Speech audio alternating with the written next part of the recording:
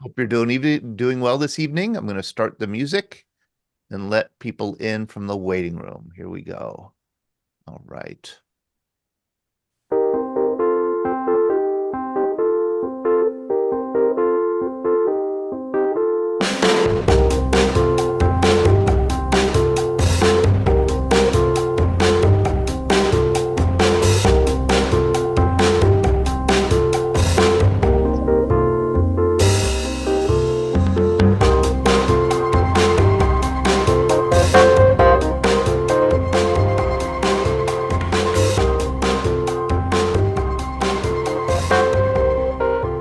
Good evening, everyone.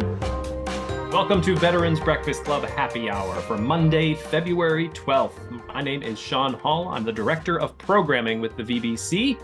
And with me, as always, as co-host is Executive Director Todd DiPastino. Todd, how are you doing this evening? I'm doing well. Thank you, Sean. I'm excited by our program tonight. Tonight we have on Taylor Kiland, the co-author of the book Unwavering. We're going to be talking about the wives of the POWs during Vietnam. We have an incredible presentation that Taylor has. Taylor, would you like to say hi so everyone can see where your window is? Hello, everyone. Super excited to have you on, Taylor. We're going to get to you very shortly. But I wanted to say hi to Glenn, who's the host of our Thursday night Masters of the Air series. Glenn, how are you? Excellent. Thank you. Thank you. Doing very well. Thanks for having me on. Wonderful. Before we jump into our main event tonight, I'd love for you, I'm going to share my screen here, but I thought that I would you could share a bit of information about what we have coming up Thursday night. Let's see here. Let me get over to the share. And Yeah, I don't have anything to put up. Oh, you do. There we go. Okay. Yeah. Great. Yeah. So a couple of years ago, we interviewed Robert Mattson, who is a Pittsburgh guy, Bethel Park, actually. And he is the author of this book on Jimmy Stewart. I think I've forgotten the title. Forgive me for a moment. Mission. Yeah. And the story of the air war in Europe. And it's really a war biography of Jimmy Stewart. He's a fascinating man, Robert Mattson, and of course, a fascinating subject in Jimmy Stewart. And a Pennsylvania man born and raised in Indiana, Pennsylvania, where there's that museum dedicated to him. So Robert will be our featured expert, if you will, for this coming Thursday night. We hope to have our normal other sort of contributors, Colin Heath, and a few others. We normally have 2 or 3 veterans on as well. And we'll talk about last Friday's episode of Masters of the Air, which was the 4th episode, and get some critical comments from the audience. And then we'll dive into Robert Mattson and Jimmy Stewart. That's the program for this coming Thursday at 7 p.m. Eastern time. So a nice local connection for this coming Thursday. Yeah. We had a great reaction to his program 2 years or so ago. And I think the name Jimmy Stewart it's like, I don't know, it's like putting Roberto Clemente on, it gets a lot of play with Pittsburghers. It's a big name. Well, looking forward to Thursday night. Until then, we will be highlighting Taylor tonight. Taylor, thank you so much. I would love for you to introduce yourself. Welcome to the program. Well, thank you, and greetings. I'm coming to you from Coronado, California, which is actually the place where this whole movement started. I'm out here for a little bit of business and to visit with my 86-year-old father who lives out here, and he's actually Zooming in tonight as well. So I am a Navy veteran. I spent 5 years on active duty and then about 20 years in the private sector working in public relations. I'm the 3rd generation in my family to serve in the Navy. My grandfather served World War I, World War II in Korea. My father served during Vietnam. I served during the Gulf War. And we're waiting to see if the next generation of Kilands serves. They're still a little young, but we hope so. It's the only family business we have. But I started writing books and ghostwriting books about 20 years ago, and this is my latest endeavor. And so when you're ready, I will start. Sure thing. Yeah, Taylor has a wonderful presentation for us. It's going to take us back to that time. Wonderful pictures, some really great videos, and we'll get to that now if you'd like. Taylor, yeah, bring it on up for us, please. All right. Thank you. I will share my screen. Okay. And today is an anniversary. We mentioned that in the green room, correct? Yes, yes. So February 12th, 1973 is the date that the first group of POWs were released after very long captivity. They were and still are the longest held group of POWs in our nation's history. Some were held up to 9 years. But this is really a story about the home front war. This is a story about a small group of women who in the 1960s did what few women of that era could. And in bucking tradition, they fought for the men they loved. And in doing so, they changed U.S. foreign policy. This book shares the narratives of a group of ladies who became what I like to call accidental activists, one of the most tumultuous times in our nation's history.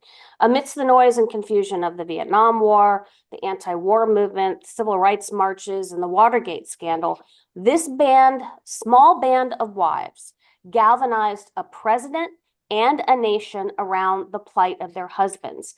And they were some 1,500 men held as prisoners of war or missing in action in Southeast Asia. But make no mistake, this is more than a wives' tale. Unintentionally, this small cadre of women made the POWs and the MIAs so valuable that getting them home became the only victory left for our nation during that contentious war. Now, bringing home this small group of men represented just a tiny fraction of the 58,000 war casualties, but they became the focus of the Paris peace negotiations. Now, every war we know produces prisoners, but only since the Vietnam War have become political hostages, so valuable that preventing them in future wars has become a strategic imperative. Not for humanitarian reasons, but to avoid having to make compromises to get them home. Now, American people will still tolerate casualties in war, but we will no longer tolerate missing men or POWs. Our military's increased use of drones helps avoid that threat. And we now expend unlimited resources, deploying special forces, a lot of special forces, to rescue just one POW or missing man, whether that man is in Bosnia, Iraq, Somalia, or Afghanistan. But let me take you back to the early mid-1960s when our story begins. Lyndon Baines Johnson was our 36th president, and his Civil Rights Act of 1964 had just been passed along with other voting and social reforms. But Southeast Asia and geopolitics were heating up, and LBJ responded by escalating the war. Now, if you can remember this, at the time, the median income was $6,600. The average price of a new car like this was under $3,000.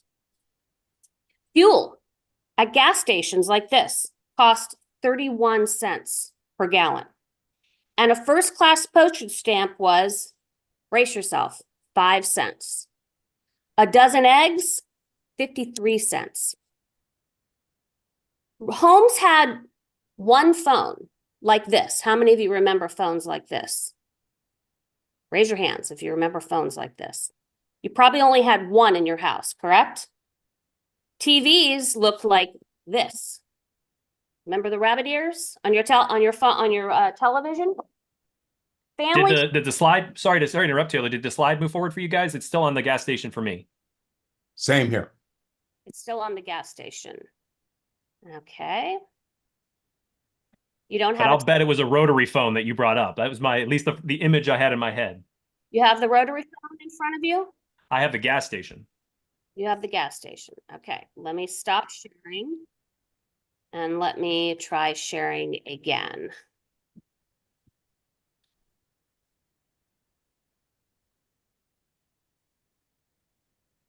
You have it now? I don't, unless Todd, you can see it. No, I have I have it. You're sharing the screen, but it is a blank screen. Okay. Well, this is disappointing. Let's try it again. Can you see it, honey? Can you come over and help me? Yeah, it just said you're Sure. sharing your screen, but we're not seeing it. You're It- not seeing my screen? No, it just says Taylor Kiland has started screen sharing. If you want to email it to Sean or me, we could put it up.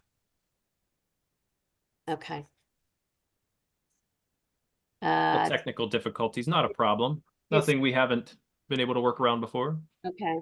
It's too big to email. Do you have a Dropbox or anything like that? Yes, I have a Dropbox. Yeah. You could try put it in the chat to me, just to me, and see if that works, see if it uploads. Okay. Upload. While Taylor is doing that, I will call on Jim Roberts. Jim, because I have a feeling like you may have some memories of that first tranche of POWs that were released. What do you remember at that time about the men that were captured by North Vietnam? You can tell by my answer and look on my face.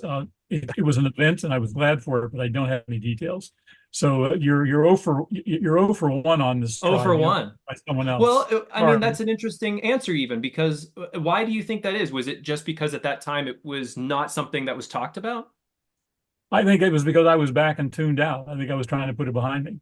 You know, I wanted it over, but I don't think I was following the day-to-day activities. You know, I was there at the end when things were winding down, and you know, it was time to get on with my life and try and figure out what was going on at home. So you sort of kept an ear out on what was going on, hoping for the best, but I didn't follow the details. I'll jump in with also Ben Wright. I'll ask you to unmute. Ben, you were yes, you were I flying. vividly remember the release of POWs and was very attuned to it. Of course, the vast majority of the POWs in Hanoi and Hilton were aviators, majority Air Force, and a lot of Navy aviators. And in fact, I met a lot of the POWs after they came back. I was at a school at Randolph Air Force Base, Texas. There were a number of former POWs that came there for some mini pilot training, get back current flying if they were going to continue in the Air Force and were able to. In fact, then I had a navigator on my crew in Southeast Asia who, after the release, that was his motivation to join the Air Force. And he actually retired only a few years ago as a 3-star general. And it was the POW release that was his motivation as to why he joined the Air Force. I'll also just send this out there while we're getting the PowerPoint back up. Any women here in the room who may have heard of their story, the women from Taylor's book, Unwavering, before, who would like to join in, I would like to definitely leave a lot of these details to Taylor to tell. But maybe if you'd heard about these women and the, you know, sort of I would think the danger that they put themselves in, speaking up and speaking out. If you would like to raise your hand, if you're one of the women in the room that may have heard about this story. Ben, I wanted to get back to you real quick with a question. Just a lot of pilots were held. Yes. Did it ever cross your mind, flying into and out of Vietnam, that you could be shot down, that you could go be a prisoner of war? Well, oh yes. And, you know, the training that we had prepared us for that it was not only a survival school, but we actually had prisoner of war training about what to do if you became a prisoner of war. And so, oh yes, it was very much on your mind, and the Air Force was very clear that you had to be prepared for that. And when you flew, not to carry anything with you that you didn't want the folks that captured you to have. And so you were always very careful what you had with you when you were flying in potential hostile environments. Oh, there's a nice rotary phone. There's our great rotary phone. I remember those so well. I talked on rotary phones as late as college. That's how old I am. Chris Perolo. Yeah, I know. Yeah, I know I have one of those buried in the attic somewhere, but I'm not going to go look for it. But yes, in the 60s, I was in high school in 71, 2, and 3. I was in college, and it was a very, very important subject. I remember it clearly. I have a whole file folder of clippings, bumper stickers, and other paraphernalia here on the subject. And I don't want to get ahead of the presentation here, but I also have my bracelet. Oh, how From the great. era, and I'm pretty sure. There you go. You have my There you Taylor's holding bracelet. hers up. We'll be I'm sure you're going to about- talk about that, but we are gonna talk yes. bracelets. It's a big part of the story. Todd, can you advance the slide one? Yes, I can. Yeah. And by the way, for Sean, I just want to say these phones you rented these phones from AT&T. Oh, my grandparents had one. I loved using it. Okay. It was the funnest thing to play with. We're done talking about phones, Taylor. Don't worry. All right. Here's the TV with the rabbit ears. So how many of you all remember those? Again, most families just had one of them, and they watched TV together. They watched TV shows like Bonanza, Bewitched, Disney's Wonderful World of Color, Hogan's Heroes. Remember those? There were only 3 television networks then, right? ABC, CBS, NBC, PBS if you counted public television. But what was life like for women? If you'll advance the slide. Well, life for women in the early 1960s, people forget, was still very much like the 1950s, right? Women still wore white gloves when they went out. They worked as teachers, nurses, stewardesses. They got married and they had children, and that was the source of their social status. Now, although the birth control was available in the early 1960s, many physicians would not give a prescription to single women. And if they were married, many doctors would require the women to get their husband's permission to get a prescription for birth control. In the early 1960s, women did not travel much without a male escort. They didn't work after getting married. They certainly didn't work after getting pregnant and having children. In fact, it was totally legal to be fired for being pregnant. They could not easily get credit or get a mortgage or a car without a man's signature. I like to say, no man, no mortgage. Now, military wives had even more restrictions placed on them. Slide, please. And in full disclosure, I will tell you that this is a picture of my parents, Ann and Ann Kiland. Military wives were expected to assist and support their husbands and their careers, or there were consequences for the men. They wore their husband's rank, as many saw the women as extensions of their husbands. And those of you who come from military families can probably understand this. Do we have any military wives and family members in the audience here? Raise your hand. Yes, quite a few. There was a popular book of the era, slide please, called The Cook is in the Parlor. And it taught young military wives on a budget how to entertain without a maid. Each military service also issued its own guideline for wives. Slide, please. It was called, for the Navy, it was called the Navy Wife. And it painted a picture of an exciting and glamorous wife for young women who were lucky enough to marry a Navy man. It promised world travel, social activities with politicians and world leaders and diplomats. But it also issued a warning to Navy wives. They must get used to waiting.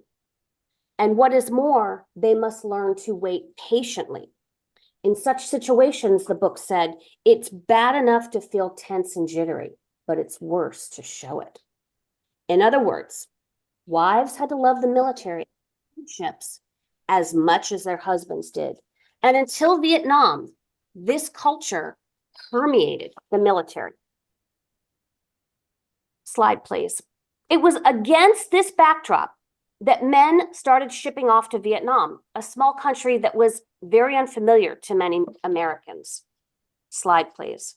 The conventional wisdom was, how long would it take for a force the size of the United States to defeat a country the size of New Mexico?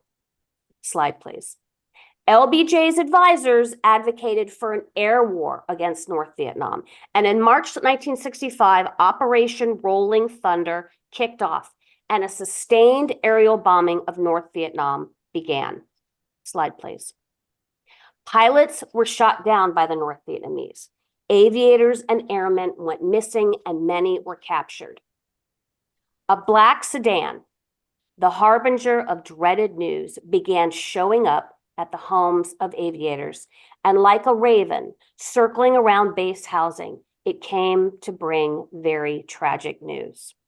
A senior officer and a chaplain would emerge from this black sedan in uniform with their covers, their hats in their hands, and they would slowly approach the home and solemnly deliver the news. Your husband or son is missing. Slide, please. Families were stunned. I mean, casualties were a fact of life in the military, but missing, how could a man be missing? How could the military not know where he is? Furthermore, the military had no structure or policy in place for families other than this simple notification.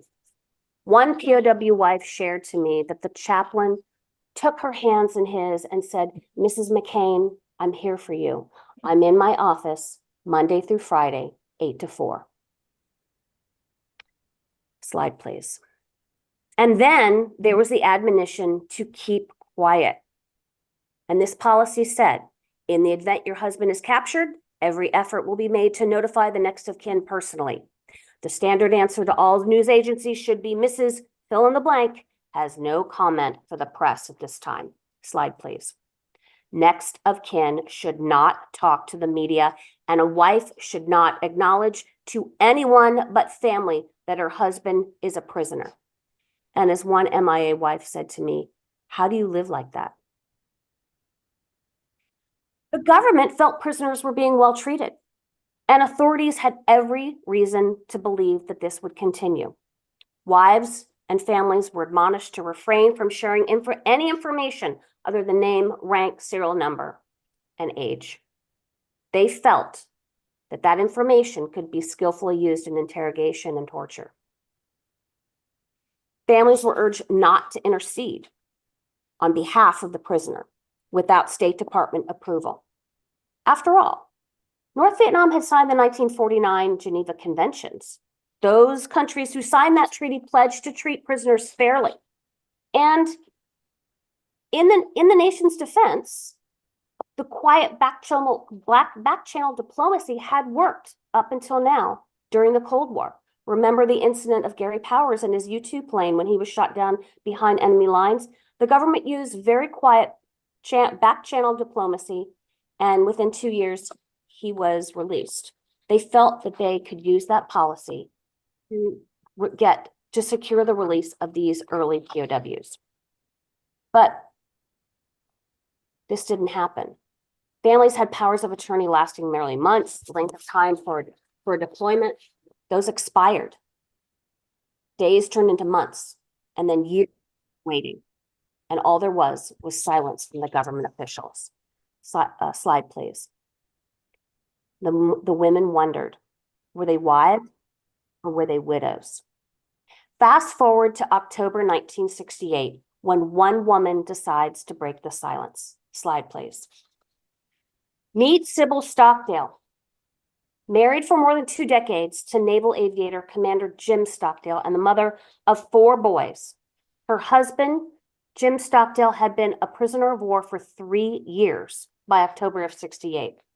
She recognizes by this point that Hanoi is winning the war of propaganda in the media. And she has been frustrated as she watches the anti-war activists claim that American captives are being treated well, because she knows otherwise. With the help of intelligence officials, she and her husband, Jim, have been exchanging coded messages. That's right, she has become a spy. His secret messages to her have revealed that the men in captivity are being tortured and placed in isolation for extended periods of time.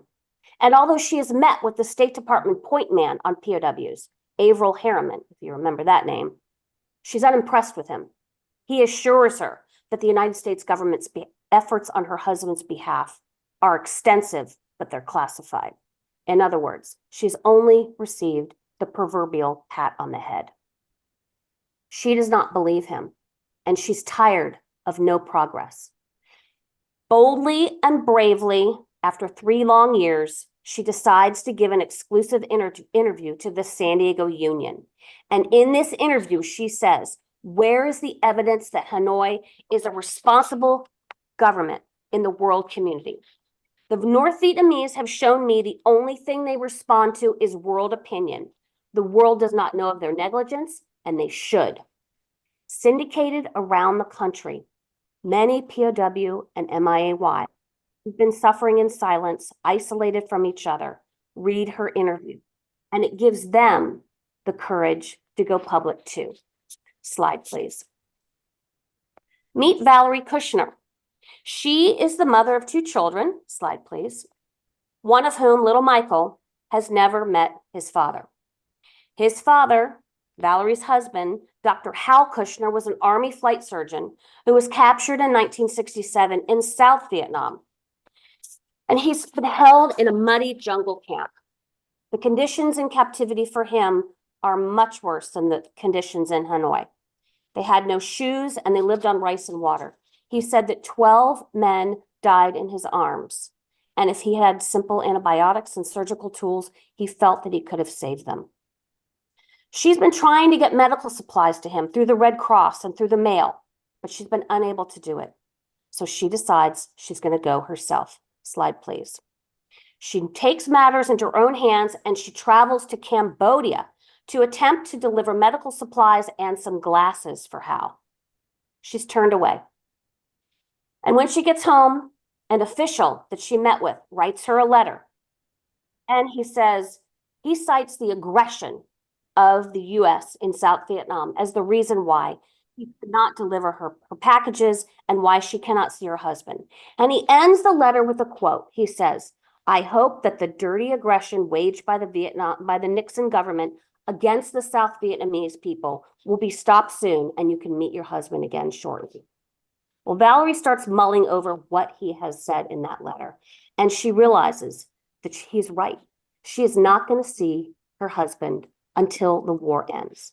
And so begins the transformation of Valerie Kushner from a shy, retiring, obedient housewife and mother into a firebrand of a politician. I'm going to show you 2 very short video clips. The first one is an interview with a local TV station in Roanoke, Virginia. She was waiting out the war in Danville, Virginia, Hal's hometown. And she gave this interview in December of 1969, just after she returned home from her unsuccessful trip to Cambodia. The second video clip is from the Democratic National Convention in Miami 2.5 years later, 1972, where she seconds the nomination for McGovern for president. Please roll the first video. If you just Okay, I'm gonna stop sharing just to make sure that the video is optimized and the sound is shared also. All right. And I said, well, I'm a wife and a mother, and my only duty is to my husband and my children, and he just dropped it. now watch the second one. And I said, Whoop. well, I'm a wife. Advance the slide. There you go. Well, it's the election year of 1972, and the personal project that kept me out of the 1968 primaries is now 4 years old, and he's never seen his father. So I realized that there were certain political decisions that I would have to make. Quite a transformation, wouldn't you agree? Next slide, please. Valerie traveled for 9 months campaigning for McGovern. She was convinced that if he was elected, he would immediately do what Nixon had not been able to do the previous 4 years, end the war and bring home the POWs. Now, not everyone appreciated Valerie's newfound confidence and assertiveness. This was, after all, the late 1960s and the early 1970s, and male chauvinism was rampant. Next slide, please. Life magazine followed Valerie around the country as she stumped for McGovern. And one sympathetic audience member commented after her speech, well, she has nice legs, but she's been brainwashed. Next slide, please. Meet Carol McCain. Married to naval aviator John McCain and the mother of 3 young children, when he was captured in 1967, she learns that a French journalist named Francois Chalet has just conducted a hospital bed interview with her husband in captivity, and she flies to Paris to meet with this reporter. She has to get her hands on this tape and get proof of life. Next slide, please. Meeting him at a French cafe, here she is with her 3 young children. She shares a harebrained idea with the reporter, a way to infiltrate the Hanoi prison system to determine firsthand how many Americans are in captivity. She wants Chalet to take her on his next trip to Hanoi, undercover as a member of his film crew. I could pretend I'm a French photographer, she said. Who would know? I speak French. Unfortunately, Carol's daring plans are derailed when her car skids off the road on an icy Christmas Eve in Philadelphia in 1969. The car careens into a telephone pole and is nearly cut in half. The impact is so forceful, it hurls Carol's body like a rag doll through the windshield and into the snowbank. She lies there for several hours before she is rescued. At a nearby hospital, emergency room physicians and nurses work hard throughout the night to save her life and her leg. Next morning, the on-call orthopedic surgeon who worked through the night to save her receives a phone call from the State Department. You know who you just operated on? Slide, please. You just operated on Carol McCain. Her husband is Navy Lieutenant Commander John McCain, a prisoner of war in Vietnam. And her father-in-law is commander of the U.S. Pacific Command, responsible for all U.S. forces in that region. Concerned that the North Vietnamese might use this information about her accident to subject Lieutenant Commander McCain to more mistreatment, the caller sternly warns the doctor, do not give this information to anyone. Carol also asks for confidentiality, hoping to keep the news of the accident from her husband because she feels he has already suffered more than she. The Vietnam War has broken apart her happy family, and this accident has literally broken her apart. Next slide. Meet Carol Hansen. Her husband, Marine Corps aviator Steve Hansen, went missing in Laos in 1969. Now, this was a country where America was not admitting to a secret war. Carol suffered in silence for a while, but she too her patience ran thin with the US government, who seemingly was doing nothing about the increasing number of missing and captive men. She began speaking up and speaking out to any group who would listen to her. Next slide, please. But not all audiences were sympathetic. Taking the stage at the Santa Monica Community College in Los Angeles, she places one finger over her lips, signaling her little boy, Todd, who was sitting off in the wings, to remain quiet while she made her speech.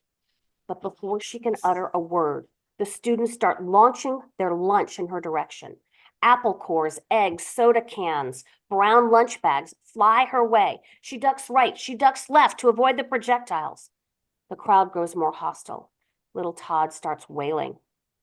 And as the crowd yells, she hears what they're saying. Your husband got what he deserved. Next slide, please. Being a POW wife affected every aspect of their lives. Meet Candy Parrish.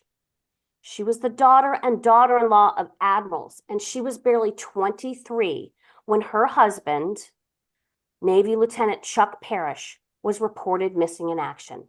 Her little son, Hunter, was 3 weeks old. Was she a wife or a widow? Next slide, please. Candy also got tired of inaction, and she got active, going to Paris. Here she is in Paris, going to the United Nations, going to Capitol Hill. Next slide, please. Here she is on Capitol Hill, and giving numerous publicity interviews. Next slide, please. Here she is with Senator Dole, Ross Perot, giving a media interview. But she also wanted to move on with her life. Eager to buy her first home, Candy had saved up enough money for a down payment. But remember, this was an era before women could get a mortgage without a man's signature. She was getting the runaround from the Veterans Administration, and so she went straight to the top. She made an appointment with the head of the VA. Next slide, please. She said he reminded her of Chicago Mayor Richard Daley. He sat in this big brown desk, and he was portly man with a big brown suit. He was puffing on a cigar, and he said, "Mrs. Parrish, you're in a gray area."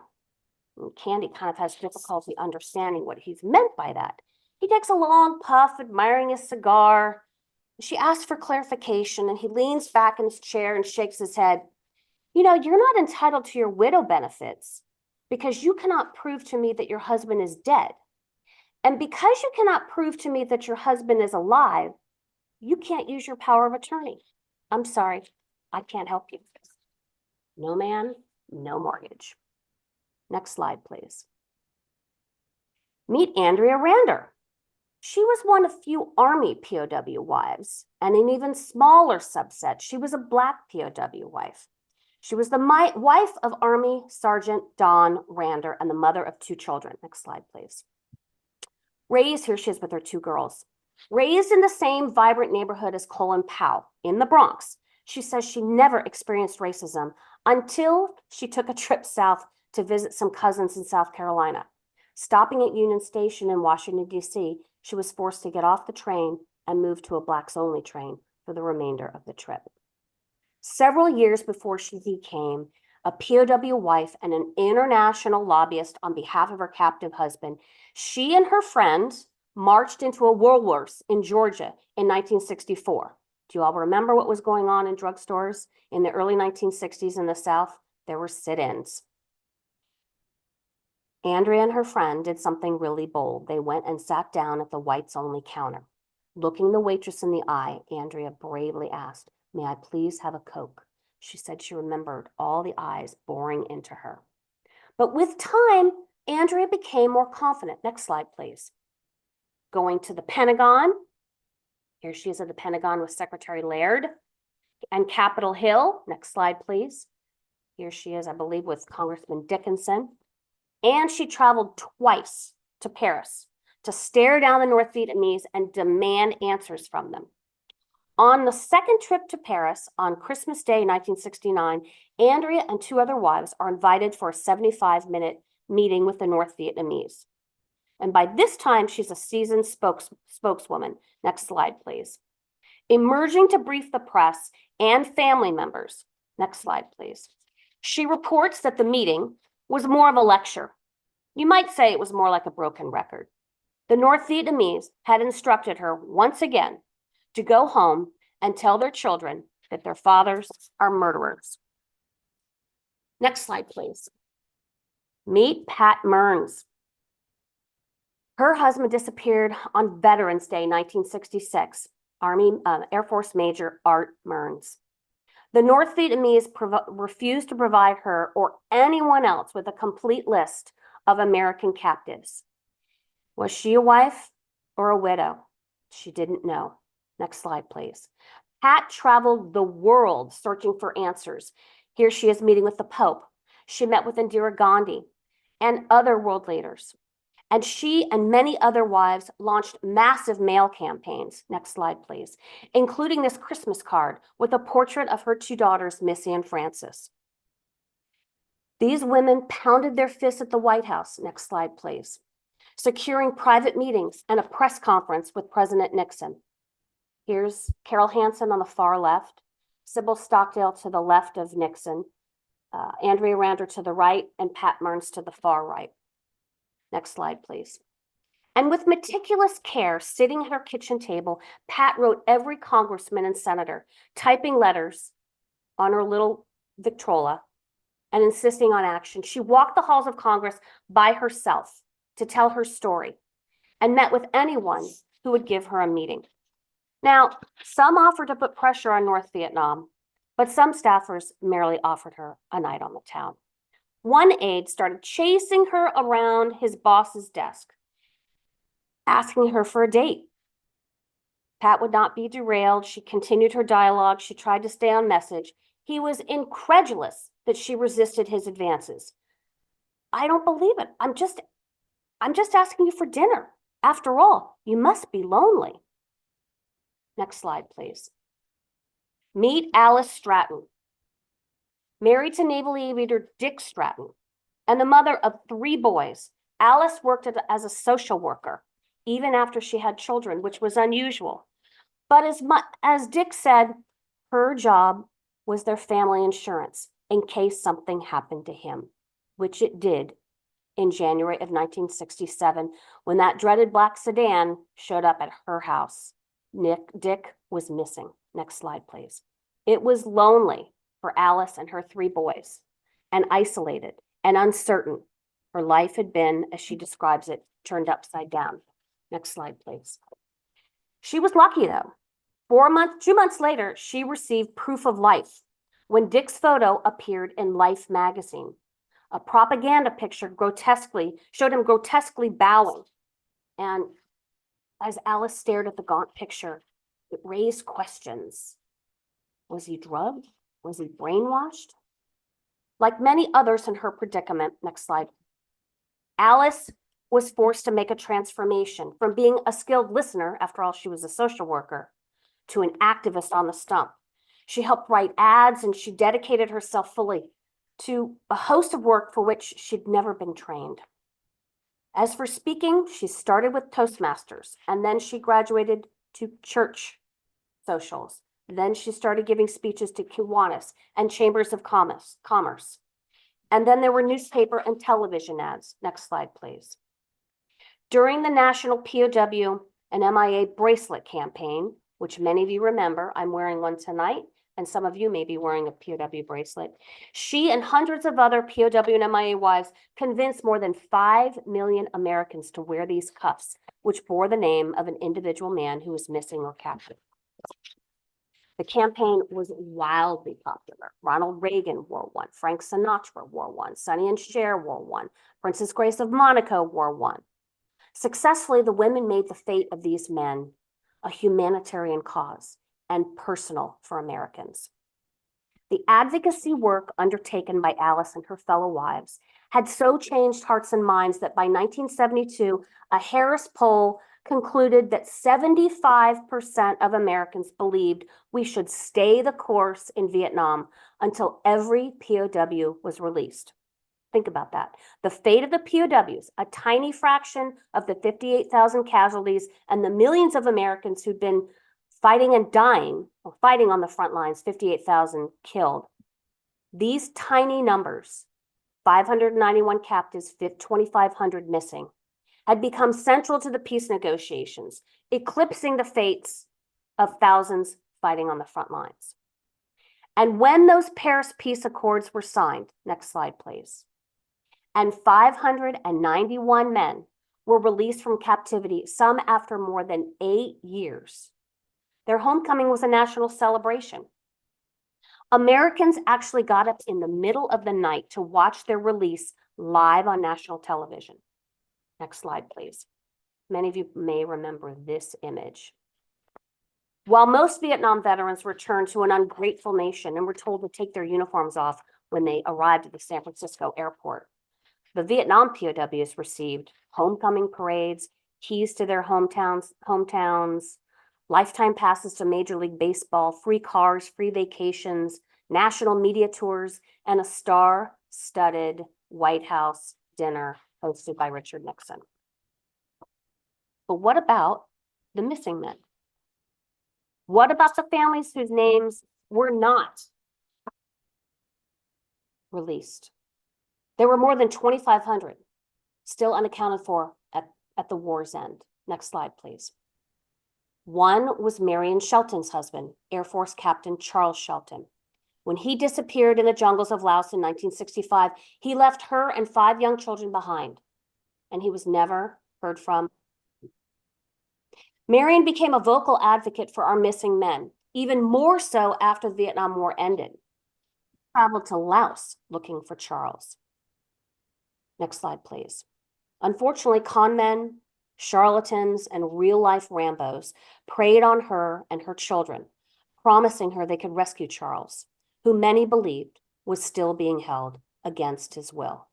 She died by suicide in 1990. But there's one woman who has stayed the course on the issue of our missing for more than 40 years. Next slide, please. Meet MIA sister, Ann Mills-Griffiths. Her brother disappeared over the skies of North Vietnam in 1966. She became and remains the figurehead of the National League of Families, leading the charge to account for all our missing from the Vietnam War. Along with other MIA families, she forced the U.S. government to form a permanent agency dedicated to a full accounting of the missing. That agency is now called the Defense POW-MIA Accounting Agency, or DPAA. It boasts an annual budget of $130 million and more than 700 professionals.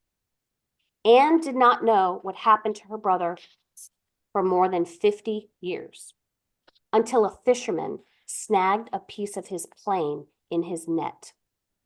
20 underwater dives later, think about that. The government conducted 20 underwater dives.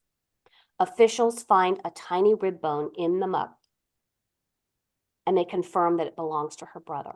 Next slide, please. She was able to bury him in Arlington more than 60 years after his death. Now, most people think this is a unique story, but it's not unique anymore.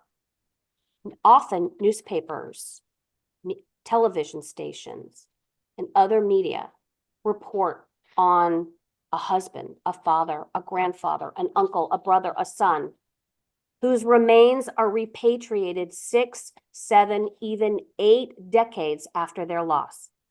Families are stunned to learn that their loved one has not been forgotten. Prior to the Vietnam War, this did not happen. Prior to the Vietnam War, we declared all of our missing dead about a year after the cessation of hostility. Our nation's missing remained missing. Next slide, please. The iconic black and white POW and MIA flag, also created by women, that flies above the White House, the Capitol, the post office in this country. You can't drive 5 miles in this country without seeing this flag, is a reminder of our national commitment to leave no man behind. But that commitment has only been upheld since the Vietnam War. And we have a handful of gutsy women to thank. They were resolute in their commitment, refusing to keep quiet. They were unwavering. Thank you very much. I'd be happy to take your questions about any of this. Taylor, thank you so much for that. Wonderful. Yes, Todd, I was thinking applause, that wonderful history lesson. Boy, and your book, Unwavering, details a lot of their story. For the people who have not had a chance to find out about this book or read it yet, does it read nonfiction? Does it read like fiction? How did you build the structure of it? It does read like fiction. It's intended to read like a novel. Mm-hmm. It is non-chronological in its narrative structure. So it goes back and forth in time wildly, but it does cover the time from 1964 to the present day.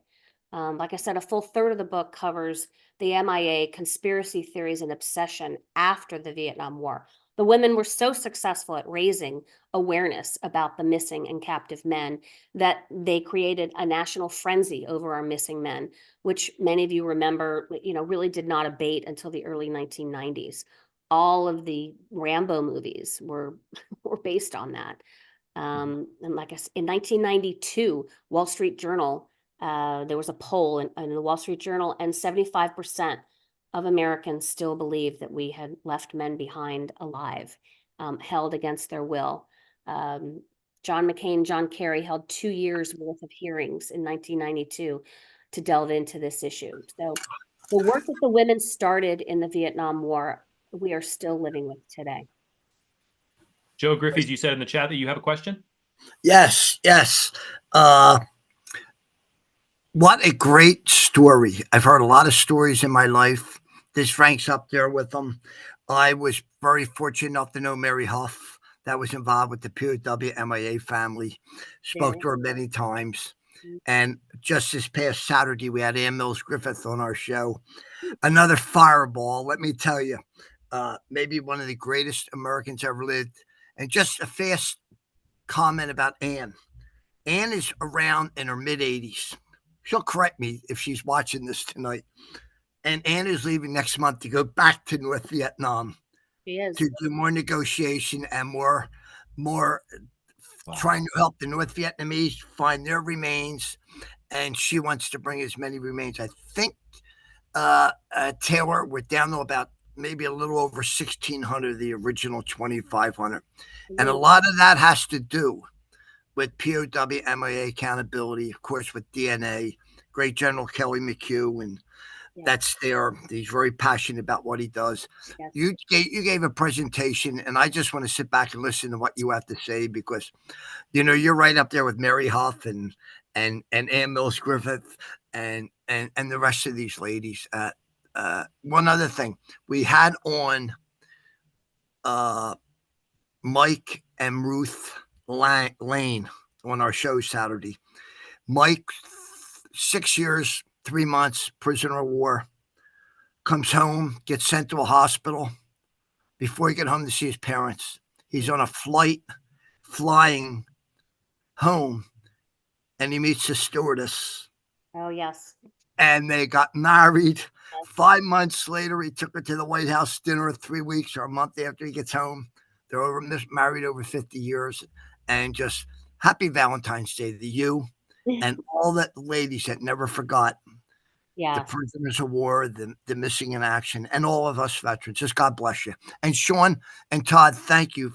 It's going to be tough to top this lady, I think, on any future shows. She hit a home run tonight. I agree. And this is Joe Griffiths, who's the host of the long-running Welcome Home Veterans show on WIBG in Ocean City, New Jersey. He has funneled a lot of guests to us, Joe. Thank you so much for joining us and for being on this program in particular. It's my honor. Thank you. You know, what's interesting about Ann Mills-Griffiths is that, you know, you would have thought that she would have retired when she got her brother's remains back. Yeah. But she's been very adamant that this was never just about her brother. And yes, she is about 82 years old, still working full time on this issue. There's no one who has worked harder or who knows more about the issue of our missing men than she does. Taylor, if I can make a comment about the 20 attempts for her brother, I hope I remember correctly. Her brother was down, I don't know if it's in the Mekong Delta, the South China Sea, whatever body of water, but they could only dive a couple times a year in that area on the way the current was and the safety and whatever. And that's why I think they had to go back so many times, because they had a small window every year to go look. Unfortunately, I don't think it was very deep either. Yes. Renee Johnson. Renee has a question. I thought I'd have her ask it. 1975, I was working at Camp Samisan in Thailand, the same base that the Joint Casualty Resolution Center, JCRC, had been moved to. Mm-hmm. I knew a lot of the guys because of, well, I worked for USO, so they came in all the time. We played cards, backgammon, etc. And I got to know some of them pretty well. And they disclosed to me a lot of things that they were aware of. One of the things that they said over and over was they had definite indicators of POWs that were still alive in Vietnam. But at some point during that year, they were told by people from the States, and they told me that the League of Families was somehow involved in this, that they were not to talk about that the party line was that there were no living POWs, and that they were not to discuss anything to the contrary. Do you have any idea why that happened? I honestly don't believe that. I really don't. I have talked to a number of the people who worked at JCRC during that time frame, and there were thousands of live sightings. That's what they were trying to track down. There were live sightings as the refugees left Vietnam, poured out of Vietnam. They would try and track down and ferret out the allegations of live sightings. And they were able to disprove maybe 85 to 90% of those live sightings. But there are a percentage that they were never able to really explain. But this idea that there was a cover-up, I just don't buy it. I just Okay. don't believe it. But the full third of my book addresses this whole issue, the whole I'm going history. to read it. Yeah, from 73 to present day. And it started, quite honestly, with the secret promise that Nixon made in the spring of 1973 for reparations. And it got inextricably linked with a list of the men being released from Laos. If you recall, the number of men that were released from Laos was very low. It was like 9 or 10 people. And the Americans were expecting 40 to 50. And that discrepancy, there were a lot of problems. That throughout the spring of 1973, Kissinger was negotiating, trying to get what he thought would be a larger list. And it got inextricably linked with the promise of reparations. And when Congress said we're not going to give 4.5 million in reparations, unfortunately, a lot of Americans, including many people in the National League, felt that as a result of that, the prisoners of war in Laos were never released. But all the government sources that I have read, including lots and lots of testimony from the Senate Select Committee hearings in 1991 and 1992, said that they just don't believe there are any more than 9. Chris Parolo, you had your hand up? Yeah, very, very wonderful presentation, ma'am. I was just going to mention the very thing we're talking about here, what happened after the return of the prisoners, and I remember watching that on live television as it happened. It was just, you were in tears, but you were so happy for these families. But then when more were not coming after around the 25th of January, there was this incredible amount of physical evidence via photos on the world covers of magazines around the world and other sources, and after action reports saying that there were other prisoners not accounted for yet, that they know they were captured. They know that Hanoi or somebody had control of these men. And that's where for years after that, at least certainly in the 2 years after that, it was a very large bone of contention. And I think American people pay close attention, and organizations, well-meaning and political, seized on the fact that we didn't get everybody back. And it was really something that's never been satisfied to this day. I looked up one prisoner of war, Lieutenant Ron Dodge, who was prominent on magazine covers there.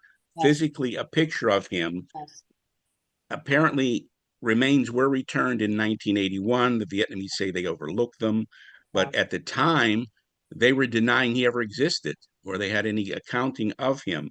Yeah. So the question is, were they holding these men in hostage because of that promise that you mentioned, or was there some other bargaining tool? Had some of them died of torture and they did not want to admit that, lest we go back in for retribution and vengeance? It's still a mystery to this day, but there is physical evidence that there were American servicemen captured and in the custody of Hanoi and never returned to the United States. That is true. Charles Shelton is one of the cases that I cover in the book. You saw a picture of him and his wife. Yes, he was known to be held captive in the caves of northern Laos. And by all accounts, by all intelligence accounts, he died in captivity. But of course, they've never been able to find remains. You'll see in my book that they actually have done some excavations in the location where they believe his remains were buried. They actually got a testimony from a 91-year-old Laotian who claimed that he witnessed the burial of Charles Shelton, and they took him to a location, and they've done at least 2 excavations there. So they have not given up. But yes, there are several of those cases where they were last known alive, like Ron Dodge, and they were never returned. Ann Mills-Griffiths will tell you that she believes that the North Vietnamese, well, it's the Vietnamese now, that there's still a lot of information that they can share with us that they have not shared with us. They were meticulous record keepers. They are known for being meticulous record keepers. And so there's still lots of information that she feels that they could share with us. Bill Confer put into the chat, was there any answer to the theory that some POWs were sent through China to Russian prisons? There's always been that rumor.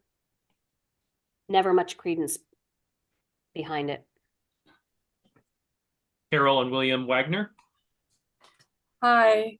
I wanted to bring awareness to this book by Christian Hanna. I know you can't see it because it's upside down. It's called The Women, and you can see the logo of the helicopter. It's about three nurses. I believe Army nurses that served in Nam. And they all made it back. Two of them become very involved in what Taylor's talking about. Veterans, Vietnam veterans against the war. And they do talk about people like Ron Kovic, who tried to help get the veterans better equipment and things like that. They talk about the mail campaign. There was even an ad in the Playboy magazine for the Vietnam Veterans Against the War Association. So thank you very much for all your research. I've also written a book about the Vietnam War called The Hardest Year, and my husband is a veteran and we were newlyweds. So we write it from the woman's point of view. From her point of view. The girl that was left behind. The girl that... And she hasn't forgiven me yet. Well, he volunteered to go. Who volunteers to go? I did. This book is a love story to you. This is a love story to military spouses like you. So thank you. You too serve. Mm-hmm. Bob Flage, I ask you to unmute.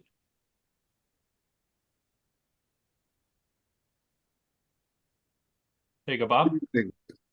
On the subject of the MIA bracelets, are you familiar or aware of a collection of them at Palm Springs Air Museum in California? Yes. There's like 2,000. Yes. It's interesting because I'm wearing one for 42 years from a fellow from Florida. And it's interesting because I had commented on him on the internet years ago, and a Dr. Dave Thompson, a lieutenant commander, emailed me and said, "Would you give us your bracelet?" Mm-hmm. And I told him absolutely not. I've been wearing this at that time for about 30 years, and I've been trying to find family to return it to. And but he made me aware of this particular collection of bracelets that that they have out there, and I think that's kind of remarkable that their objective was to get as many originals, yeah, to put in that collection.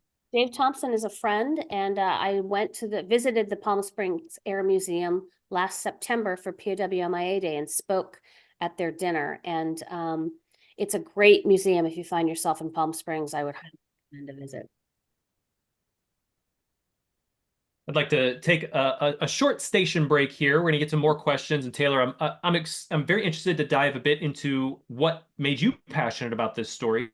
We'll get to that very shortly. But first, until then, again, we are the Veterans Breakfast Club. Our mission is creating communities of listening around veterans and their stories to connect, educate, heal, and inspire. We thank you, all of you, for joining us here at VBC, which has been creating this community of listeners around veterans and their stories since 2008. This is our 16th year.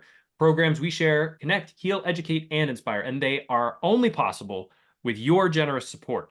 You can donate to the VBC and become a member by visiting us at veteransbreakfastclub.org. And we also depend on sponsors for our events, and we have two wonderful sponsors underwriting this event: Tobacco-Free Adagio Health and UPMC for Life. Would love to talk about them very briefly here. Let me pull up my slide. Tobacco-Free Adagio Health, been with us for quite some time. They are all about health. They want people to quit smoking. So they provide health, wellness, and nutrition services and support throughout Pennsylvania and West Virginia. And they have a program dedicated to preventing and reducing tobacco use, educating people about tobacco hazards and secondhand smoke, and they advocate for policies that build healthier places to live, work, and play. You can find out everything there is to know about them at tobaccofree.adagiohealth.org. And we are very grateful for UPMC for Life for being a new sponsor for us. They are a UPMC healthcare Medicare program. They can help you make sense of Medicare, get the answers and information you need, such as how to choose the Medicare Advantage plan that's right for you. UPMC for Life offers a wide range of affordable Medicare Advantage plans, including plans designed for veterans by veterans. You can view all your plan options, compare costs, and learn about all the benefits you get when you choose UPMC for Life by going to upmchealthplan.com/Medicare. Thank you so much for both of our sponsors for sponsoring this program this evening. We also have a free quarterly magazine. You heard that right. Free quarterly magazine. If you don't get it, it's because we don't have your address. So please fill up Todd's email address with his inbox to let him know, give him your address, and we will make sure that you get a magazine. This one you see on screen is a near final mock-up of the next magazine that will be hitting the printer here very shortly. Correct, Todd? That's right. Yeah, you won't be able to miss it. I mean, geez, look at that cover. I know we haven't done purple and pink yet, so Yeah. Quite a beautiful. It's very, very Valentine's Day. It's you know, in its destructive power, I guess. Right. Also, we will have a feedback survey near the end of the program. This takes 2 minutes, very quick to fill out. We watch these very carefully and very closely because we want to make sure that we are providing the best programming possible for you all. So please take a few minutes. We will put that link into the chat and take a few minutes to just fill out that survey for us. Let us know how we're doing, how we can improve, or if you just love the program, we love hearing that feedback as well. But thank you. And back to our main event, Taylor. Taylor, we were, wait, Renee, you have your hand up. Let's get to you first. A little bit off Ms. Kiland's topic, but referring to what Carol Wagner said about the book, The Women. It's going to sound a little defensive, but there's one line in there about donut dollies that says, donut dollies were pushing a cart with soft drinks and cookies down on the beach. No, no, no. We never did anything like that. We were not that silly. But just, if you read the book, there's another comment that's very true to what we did, but I just had to bring that up because it's been such a point of contention among our donut dollies the past few days. Well, this new book, The Women, is fiction. I understand that, but we don't like to be disparaged. I understand. That is that's an outrage, Renee. Come on. I mean, for all the, you know, programming that we've done around Donut Dollies and their service, and for all the thank yous that Donut Dollies have got on our program alone from Vietnam veterans, it's amazing that that characterization would be out there. Clem. But anyway, I'd just like to take a moment to thank Ms. Kiland for this really fabulous presentation. It's one of the best I've ever seen. Thank you. I hope you'll read the book. I am going to. Thank you. Amazon, here I come. Renee, thank you. Clem, you have your hand up. Taylor, thank you very much. Thank you very much. It is a very fabulous program. And I read where Floyd Jim Thompson, who was a POW for over 9 years, and when he did, when he returned, he found out that his wife had remarried. She actually married after about 6 years that he was a POW. She had no word whether he was alive or dead. And he was very disappointed that she had remarried. But what's a woman supposed to do after all those years? She has a life too. And I was wondering, is there anything in the book about the Floyd Jim Thompson's family? No, he's not. He is not in the book, and his family's not in the book. But his story is rather tragic, sadly. I know a lot of the POWs tried to help him when he returned home, but his story is not a happy one. Many of the POWs did have very happy reunions with their families, but not all of them. And, Thank you, and Clem. from what I remember, he was a little unusual in that he was captured on the ground. He had been moved north, I think, from the south, if He was- that's correct. Yes, he was held in the South almost the entire war, I believe, until they Okay. moved all the POWs north to Hanoi. Right, right. Doug Johnson. Yeah. Taylor, Hi. thank you for that great presentation. Thank you for joining us tonight. No, it was wonderful. It brought to mind something else that this was all a part of in a way. Without going into any detail, I was involved in a scenario where there were about 90 of us that were contemplating the unresolved wounds of history for our country. And, you went down the list, Native Americans, African Americans, the rest of it. But amongst them all, the most poignant of all was the Vietnam War. Yeah. This was about maybe 7 years ago, and I was just amazed. And one gentleman got up. He was heading one of the working groups. He was a former Marine. Stood up there, had a well-built, crew cut, just a picture of a Marine veteran. And he talked about how on his last day in Vietnam, they had captured 2 Viet Cong and they were taking them back to the base for interrogation. And the 2 of them tried to escape. And another Marine mowed them down with a machine gun. And when one of them was hit, it looked like a deflated balloon and struck this gentleman as funny. And he kind of laughed. And then he immediately turned around and started crying because he realized that how dehumanized he had become with respect to the war. And when you dug into things, you found that there was all the pain from those who served their country honorably and came back and were just given the worst kind of treatment by the American public. And then those who felt guilty because they ran off to Canada. And then there was the whole MIA business that you've so clearly articulated here. But it's just, I think, for an awareness for all of us, that is probably the greatest source of residual pain out there from most of our history, actually. I would agree. Yeah. I talk a lot about the fact that in some ways we're still fighting the Civil War and we're still fighting the Vietnam War. It seems to raise its ugly head during every election cycle, right? I mean, you could make an argument that we still are. William, let me ask you to mute.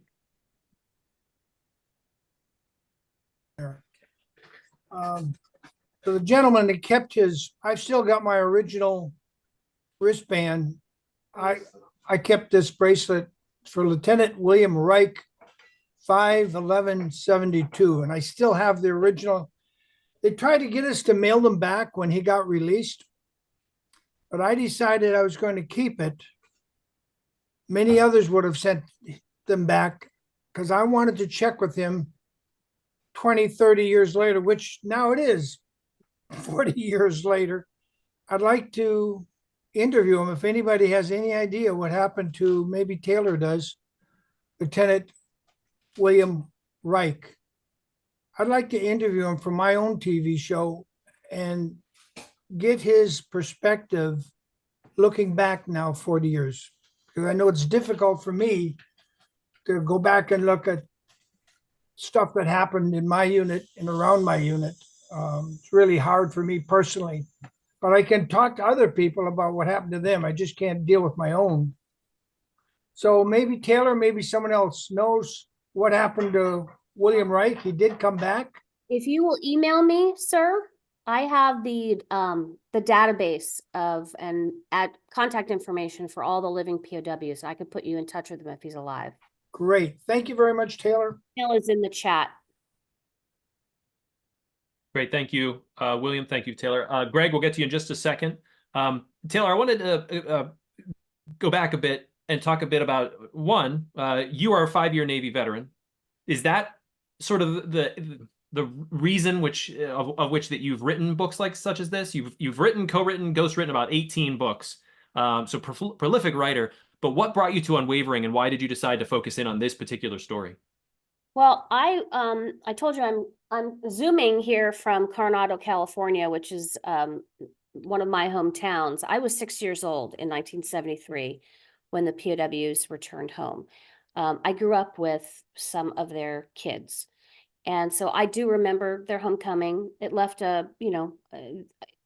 vivid memories for me. Homecoming, homemade homecoming banners, yellow ribbons on the trees. My dad served with a number of them later. Like I said, I grew up with a number of the kids. And then fast forward to the year 2000, I was volunteering for the McCain for President campaign. And I was tasked with taking a number of the POWs on media interviews. They were some of his most eloquent surrogate spokespeople. And I participated in one particular radio interview. It was like a 3-hour radio interview, and it was on the eve of the Super Tuesday in 2000. And like most media interviews, when they interviewed the former prisoners of war, they asked them 3 questions. What did you eat? Were you tortured? And did your wife leave you? And they never seemed to ask them any questions about what life was like for them when those prison doors opened and they had their second chance at freedom, right? I call it the Rip Van Winkle effect. They left, they went into captivity in the 60s. They came home in the 70s. Their country had completely changed.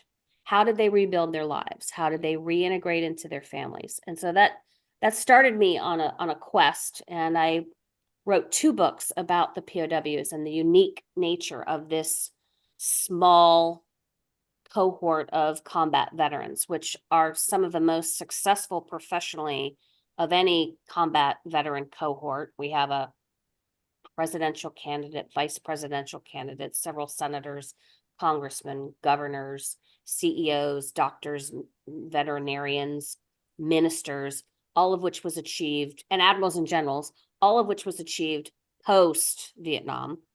They have the lowest rate of PTSD. Their lifetime average is 4%. If you compare that to the average rate of PTSD of Vietnam veterans or veterans from our most recent wars, it's double digit. So 4% is freakishly low. So they are a successful, personally and professionally, group of men. So I wrote 2 books about that. And then one day I got a call from Captain Dick Stratton. He was the one who was bowing in those prison pajamas. His wife, Alice Stratton, was the social worker that I talked about. And he said, Taylor, you've written so much about us, and you have a great body of research about us, but there's been much less written about our wives and the epic home front battle they waged on our behalf. And there should be a book about it. Will you write it?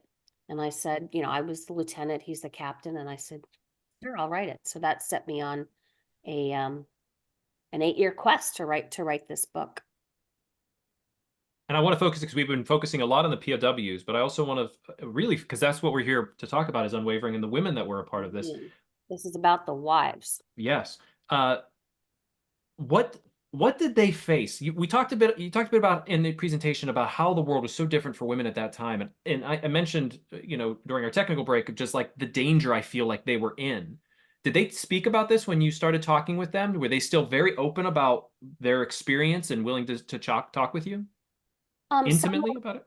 Some were more willing than others, obviously. And for some, going down that memory lane was painful. Mm-hmm. Yes, there were a lot of risks for what they did. A lot of risks. I mean, when Sybil Stockdale was asked if she wanted to engage in clandestine messages with her husband, she asked, well, what if this code that we use is discovered by the North Vietnamese? What is the risk for my husband? And the government said he will be on his own. In other words, it could be life-threatening. She didn't really know. None of them really knew. And when they started speaking out, giving radio interviews, walking the halls of Congress, talking to media, traveling to Paris, traveling to Moscow, traveling to Laos, traveling to Vietnam. They did not know if they were making things worse for their husbands or better. As it turned out, the risk was worth it. They helped improve the treatment for the men because they basically put the North Vietnamese on report. And Sybil Stockdale was right. They were vulnerable to world opinion, absolutely vulnerable to world opinion. But they didn't know when they went out and started this campaign. They did not know. In the court of public opinion, that where they listened, the country was so divided at that point, and so many people despised what was going on in Vietnam, despised the soldiers, despised everything. When they came out and started speaking, did they get threats? Were they, the one woman they were throwing food at her on stage. How did they get people to come to their side and start to listen to what this message was? Well, their biggest enemies were the US government and the anti-war protesters, the anti-war movement. I mean, they thwarted them every chance they could. But the tactic that really rallied Americans behind their cause were these bracelets. It made the fate of these men personal. Everyone who wore this bracelet became connected to this one man. You ask anyone who wore that bracelet and still wears it today, they were connected to this one man, and they vowed not to take it off. They made the cause personal. How did the Paris meeting come about? And were they terrified of this becoming sort of a worldwide stage and being on that in the spotlight? Yes, they flew to Paris on their own. They had no government support, no government sponsorship, and the government was quietly advising them. But they said, we cannot appear to be sponsoring you, or the North Vietnamese will be convinced that you're just our patsies. So they went on their own. They flew there and didn't even know if they were going to be able to get a meeting. These were women who were not wealthy. These were women who did not travel on their own. And as you'll see in my book, they actually did take a male chaperone. All of these trips they took internationally, women didn't travel by themselves. They all had a male chaperone to go with them because apparently they weren't capable of traveling by themselves. But it just wasn't done. Don put into the chat, can you tell us about the origination of the POW flag designed by Newt Hinesley? Yes. So it was Newt Hinesley's, he was a graphic designer, but it was one woman's idea of a tactic. I believe her last name was Hoff. And she said it would be nice to have a symbol. And no one, of course, at the time thought that they would need to use this symbol for very long. So the National League of Families commissioned Newt Hinesley, who was a graphic designer. He used as a model his son. His son had been sick. I think he had anemia or something, and that's why they have this. He has this image of a very gaunt-looking, the profile of a gaunt-looking man. And the National League of Families approved the design and started using it. Sadly, though, they never trademarked it or copyrighted it. So they never made any money on it. And I asked them, the leaders at the time, why did you never trademark it? They said, because we never thought that we would need to use it for so many years. Like I said, it was Ann Mills-Griffiths that was instrumental in ensuring that this flag flies over the White House, the State Department, the Pentagon, and every federal building in the country, which includes every single post office.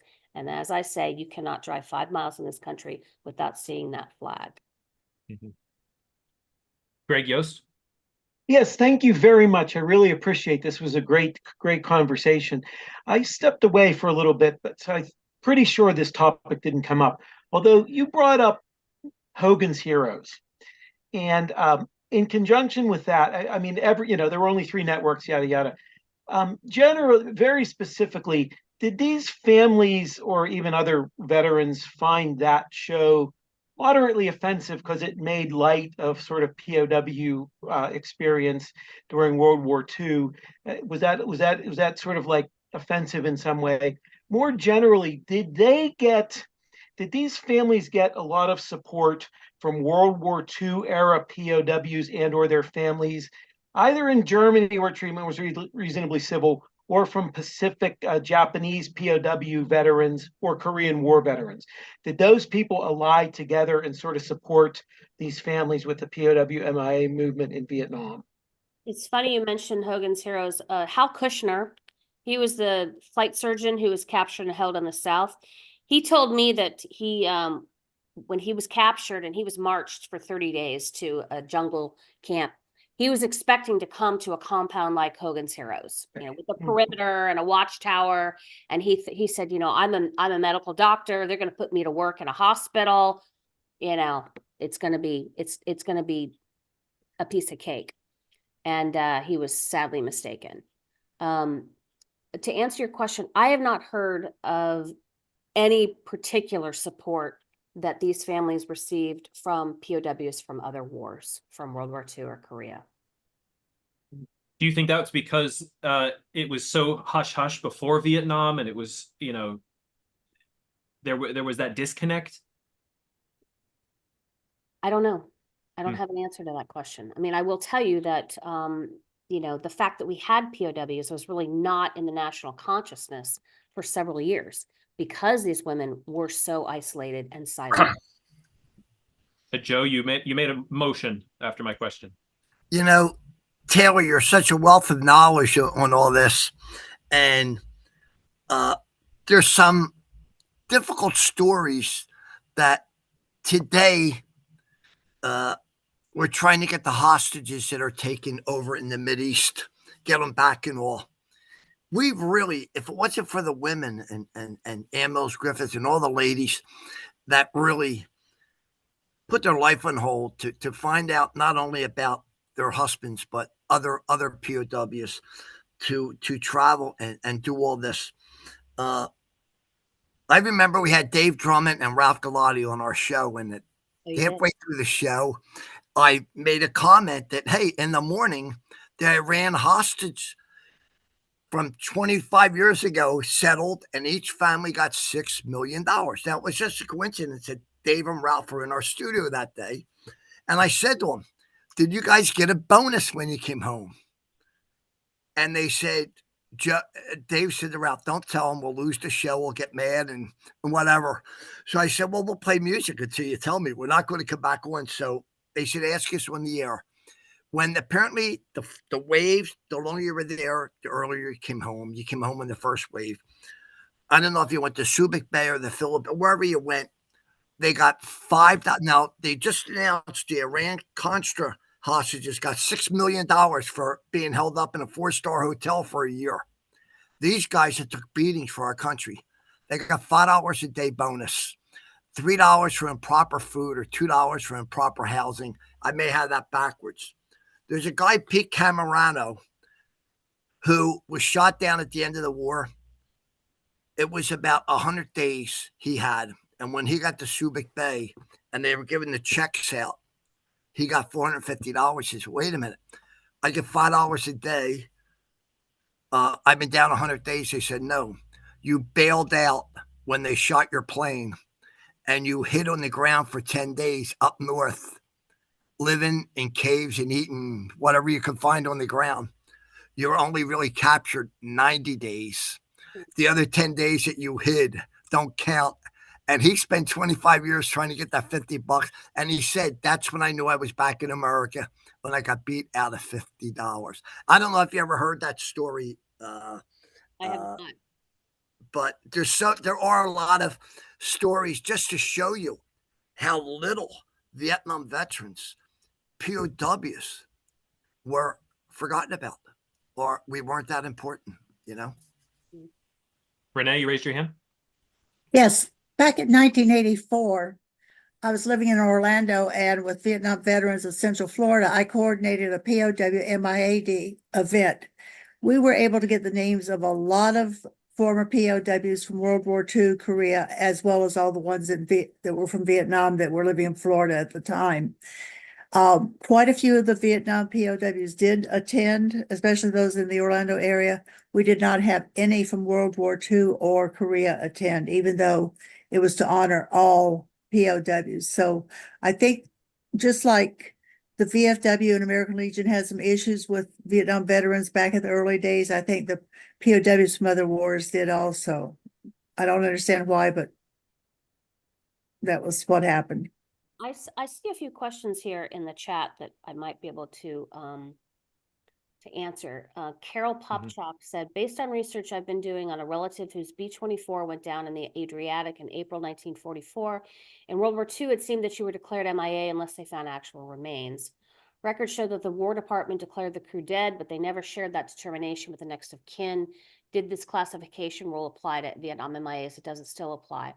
So my research showed that approximately a year after the cessation of hostilities of previous wars before Vietnam, all missing were declared dead. KIA, I think it's called KIA BNR, killed in action, body not recovered. The same thing happened after Vietnam. After about a year, we declared all of the missing dead, KIA BNR. The difference between other wars, previous wars in Vietnam, is that we are still looking for remains from all wars. We never did that before Vietnam. We have 72,000 missing from World War II. We have more than 7,000 missing from Korea. Before the Vietnam, we did not comb the globe with this huge government agency, which started as JCRC, is now DPAA. We did not comb the globe looking for remains, looking for that tiny rib bone. We do that now. We do that now.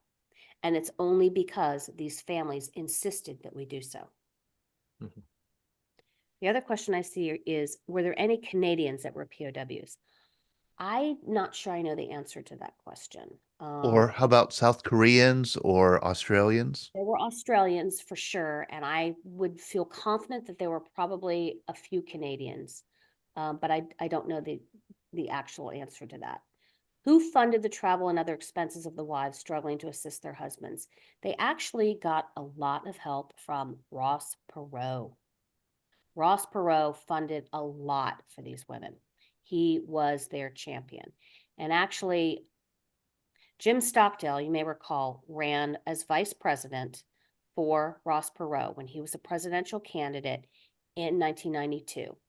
When he was asked, why did you run with Ross Perot? You're not a politician. He never had one political discussion with Ross Perot.